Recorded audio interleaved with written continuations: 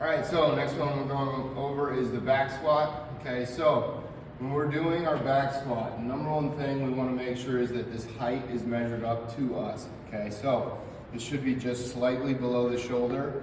So if you're partnered up and you're in groups, right, we want to set this bar up with these J hooks to the shortest person in our group. Okay, so the taller guys, you are going to have to squat down a little bit more, but we want to make sure that when we get under this bar, we don't have to tiptoe that bar out of the rack. We want to walk back with planted feet so that we are nice and stable. We don't want to be on our toes, okay? So making sure this bar is nice to our shoulder alignment, okay? Next thing we want to do is make sure our hands get even. Everybody's grip is going to be a little bit different because of how long everybody's arms are.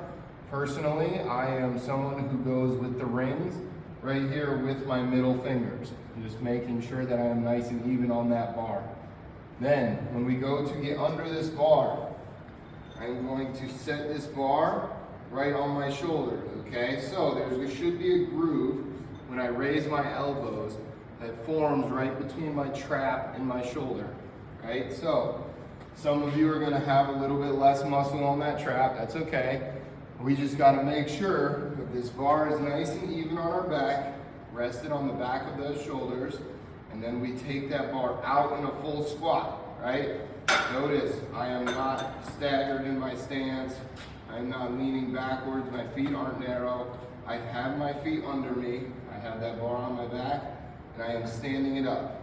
From here, all we're doing is taking one step, two step, and then making sure those feet are even. Right? We don't need to take a full huge step backwards. We don't need to take just no steps, right? Because then we're gonna hit these J hooks as we're coming out. We need 1, 2, look down, make sure they're even, and then eyes come back forward, okay? Important thing with our back squat, making sure our upper back is very tight. That's where those elbows come into play. That locks my upper back in.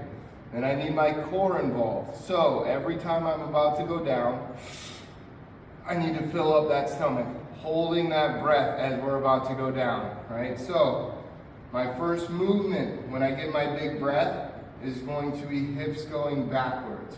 If I go straight down, these knees are going to start coming in front of my toes.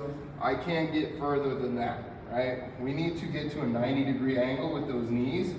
So force those hips back.